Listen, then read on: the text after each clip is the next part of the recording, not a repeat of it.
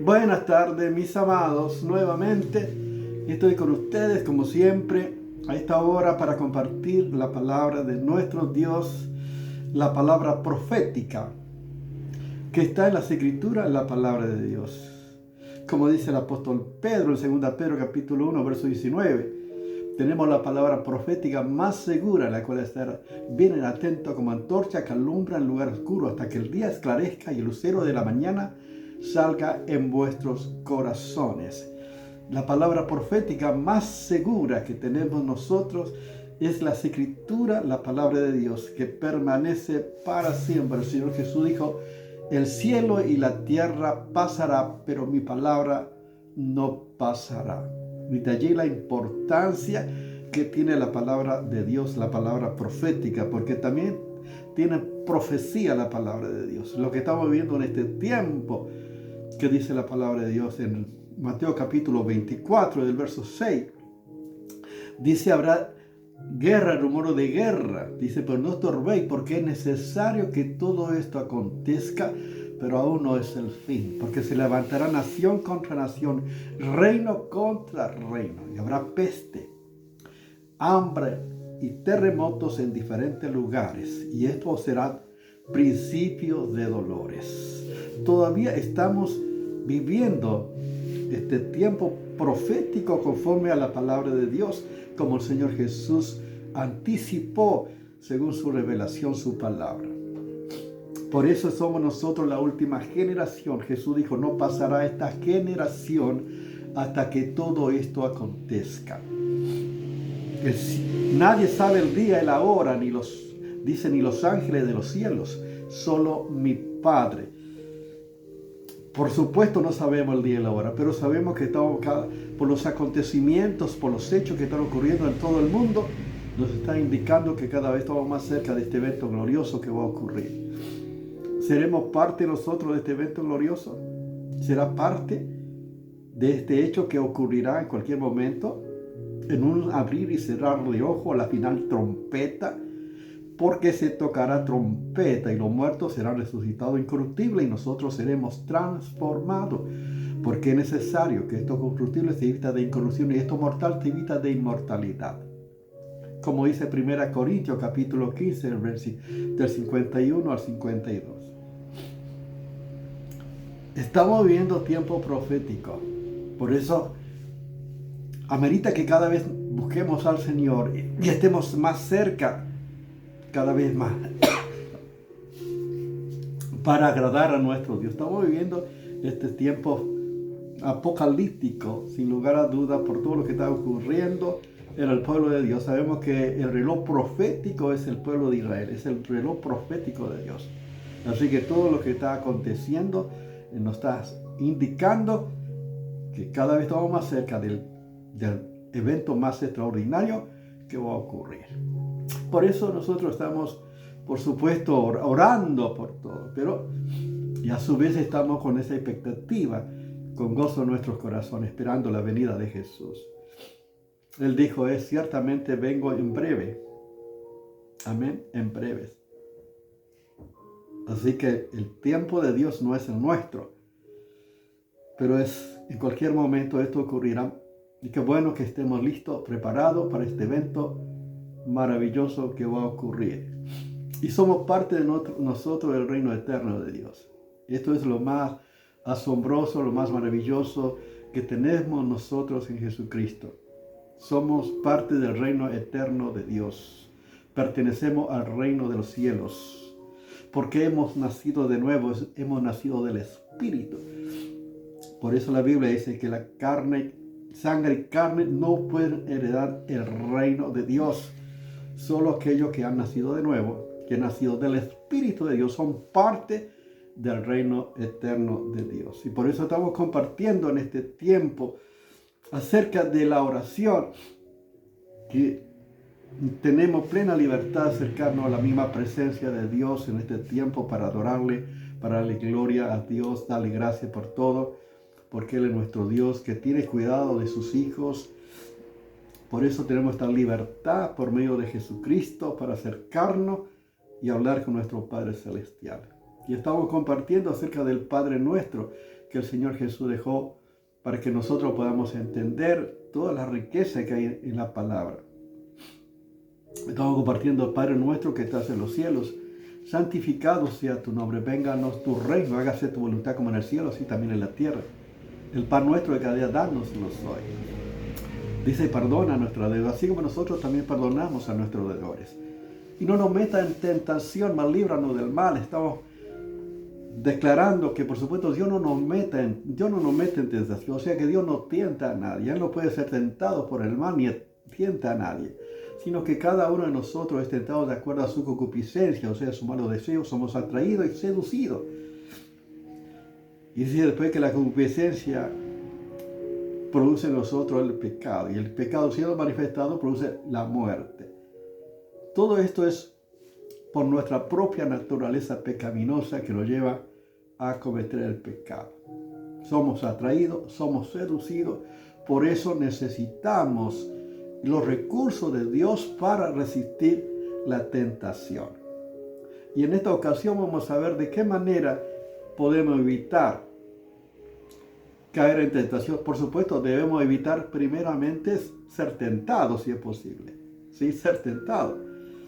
Cosa que el hombre busca, aquello que la tentación tiene que ver con nuestras debilidades, con nuestras necesidades, que justamente nos seducen, nos atrae. Aquella cosa que sabemos que es pecado. De nuestra propia naturaleza, y a veces el enemigo aprovecha también para seducir, para que el hombre pueda caer en pecado. Por eso vamos a ver qué importante, de qué manera evitar ser tentado.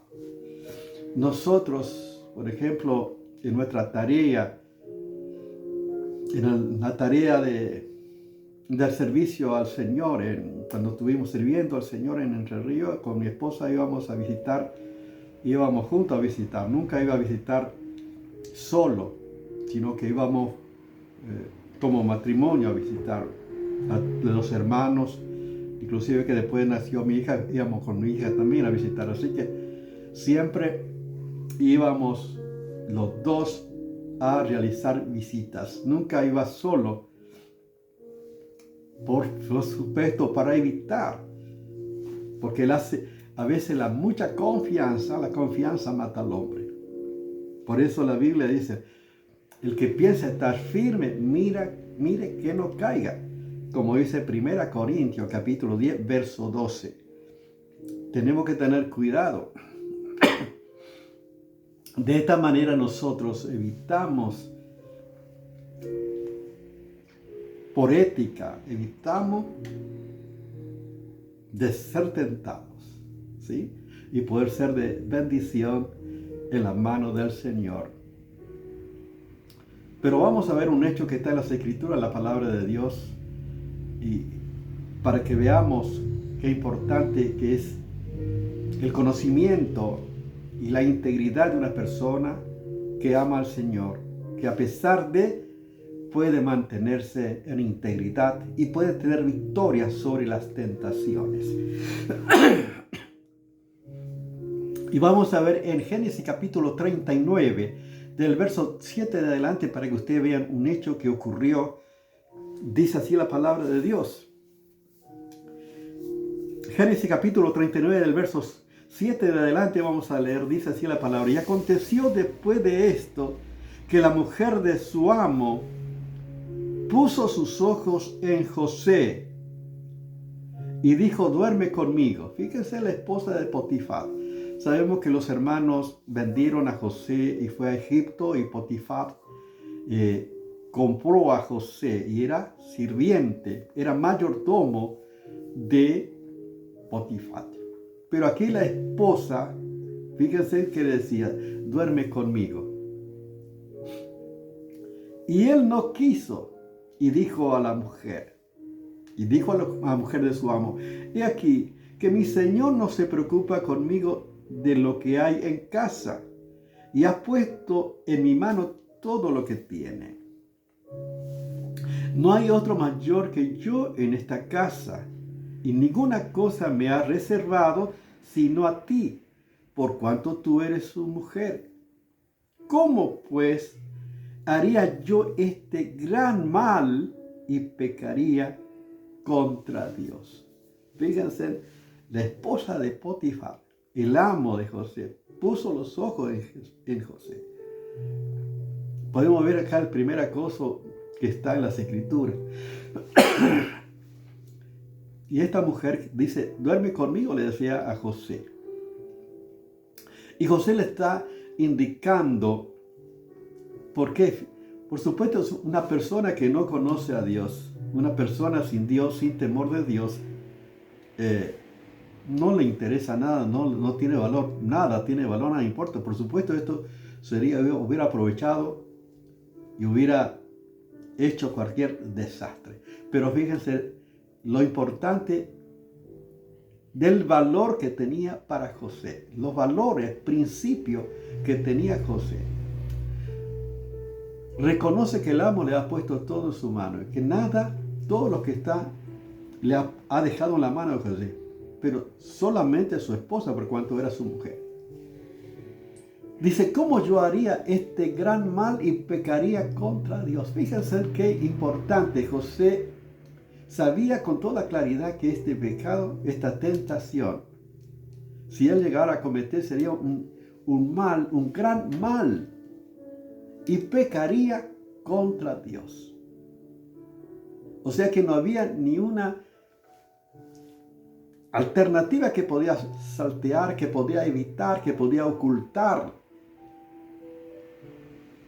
A veces el engaño del pecado hace pensar que la persona puede esconderse y que nadie se va a enterar y que nadie va a ocurrir y que puede cometer pecados sin que nadie lo sepa. El engaño del pecado es hacerle creer a las personas que nadie se va a enterar. Pero en este caso, José sabía que este sería un gran mal y que él pecaría contra Dios. Esto es importante. El cristiano que conoce las Escrituras, la palabra de Dios, sabe cuando es tentado y sabe que uno debe evitar esas tentaciones porque tiene que ver con el mal, que tiene que ver con el pecado y que tiene que ver que estaría pecando contra Dios. Si uno tiene los valores, si uno tiene conocimiento de las Escrituras, uno, por supuesto, evitaría todo esto. Estos son los valores, los principios que su padre Jacob había enseñado a José con toda claridad. Él sabía las leyes, la palabra, el mal, el bien. Tenía un discernimiento del bien y del mal que no podía pasar por alto. Pero fíjense lo que ocurrió. Él dice con toda claridad por qué razones, porque sería un pecado contra Dios. Y hablando de ella, José, cada día, y no escuchándola, él para acostarse al lado de ella, fíjense, dice que todos los días, es algo terrorífico, todos los días José se sentía acosado, se sentía perseguida por esta mujer de su amo, que constantemente estaba para lograr su objetivo. Y es algo terrorífico. Imagínense. Pero él se mantuvo en fidelidad.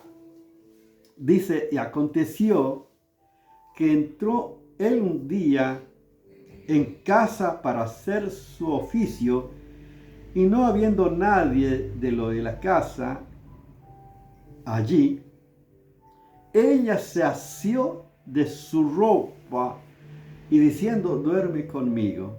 Entonces él dejó su ropa en manos de ella y huyó y salió. Fíjense que sin lugar a duda ella planeó que en ese día no hubiera nadie en casa, que ningún sirviente, solamente estaría ella y José. Ella ya lo tenía todo calculado, todo. Su objetivo era lograr que José se diera. Y dice que se abalanzó, se asió de ella, se balanzó y le sacó la ropa a José. Salió, corrió, huyó José de ese lugar. Para evitar, fíjense hasta qué punto estaba decidida la mujer lograr su objetivo de que él durmiera con ella. Pero, ¿qué pasó?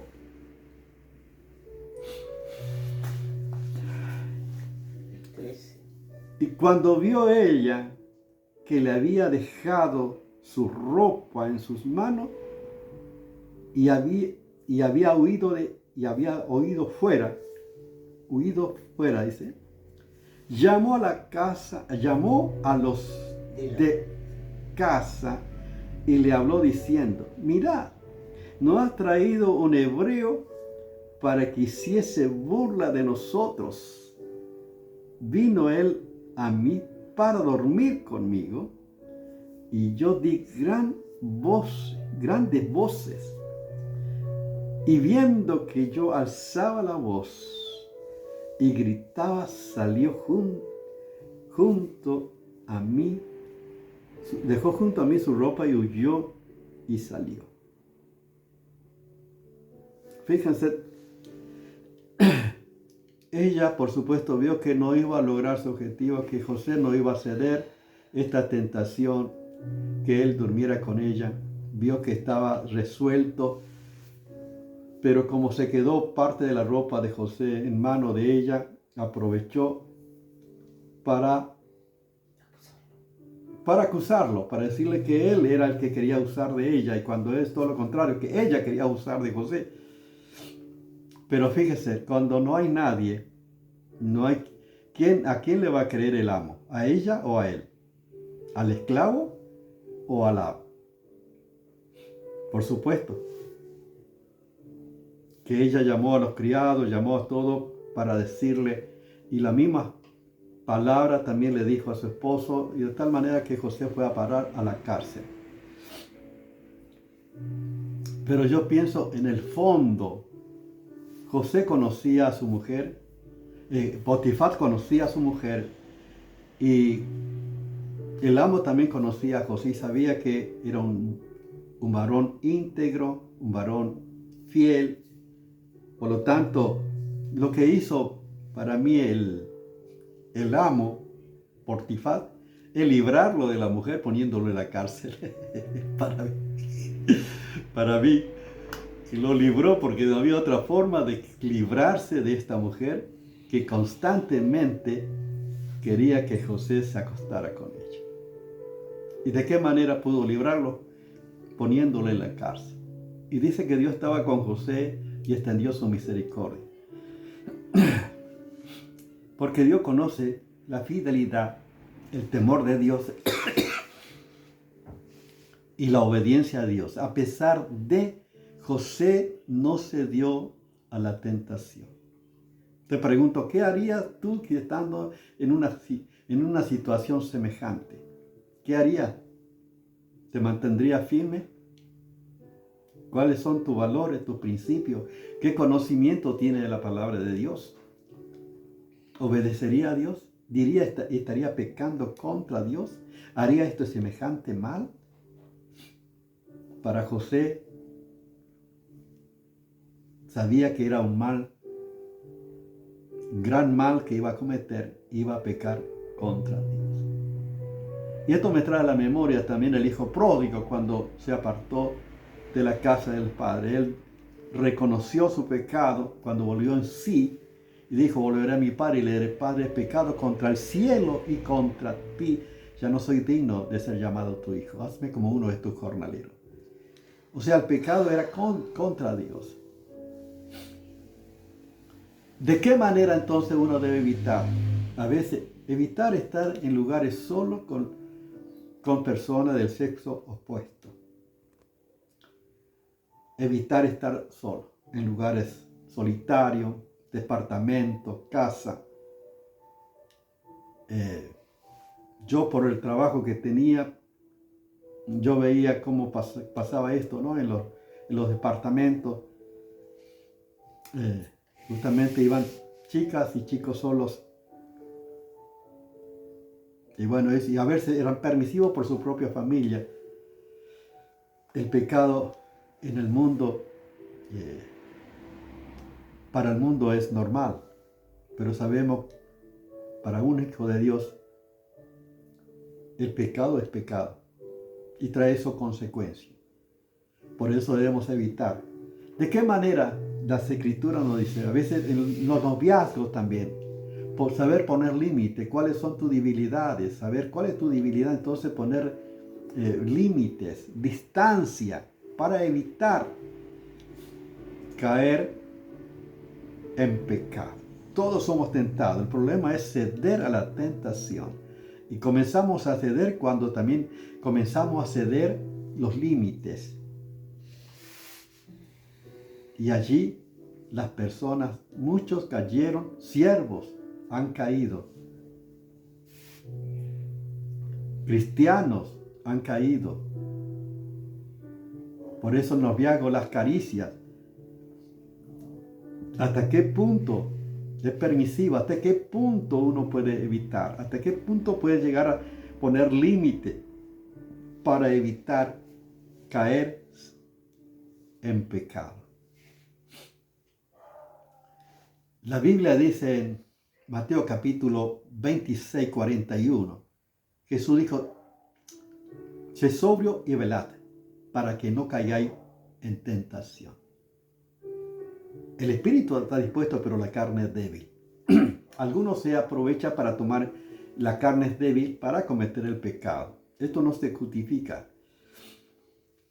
Aparte estaba diciendo el Señor Jesús, antes de que recibamos el Espíritu Santo, ahora tenemos el poder de Dios en nosotros. Cuando somos débiles, somos fuertes en Cristo. ¿Qué hacer entonces? Estar alerta significa estar en comunión con Dios. Orad. Cuando oramos, tenemos la fortaleza de Dios para vencer las tentaciones y poder decir: Señor, yo no puedo con esto, esta es mi debilidad, reconozco que no puedo, Señor, que soy atraído, que soy seducido. Cuando oramos y presentamos nuestra debilidad delante del Señor, recibimos el poder de Dios para tener victoria sobre las tentaciones. Por eso Dios le dice al apóstol Pablo: bástate en mi gracia, porque mi poder se perfecciona en la debilidad. Por tanto, me gozaré más bien en mi debilidad, para que sobre mí repose el poder de Cristo.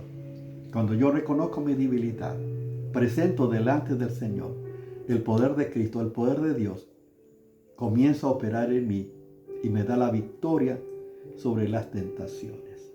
El cristiano que no ora, que no vela, que no está en oración, es una presa. Es una presa. Por eso necesitamos estar en oración y saber que todos somos tentados.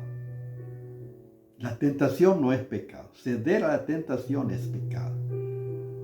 Por lo tanto, en el Señor tenemos los recursos para tener victoria. Amén. Así que tratar de evitar es orar, es velar y estar en el Señor. Oremos al Señor para que Él nos dé la fortaleza para resistir y para vencer, y si es posible huir de las tentaciones, de las pasiones juveniles. Padre, gracias te damos por tu palabra, Señor. Gracias por este tiempo que tú nos permites vivir y compartir tu verdad, tu palabra. Gracias, Señor. Gracias porque tú nos das la fortaleza, porque tú nos ayudas en nuestra debilidad, nos da la fortaleza y juntamente con la tentación nos da la salida para que podamos resistir. En el nombre de Jesús, amén. Dios te bendiga.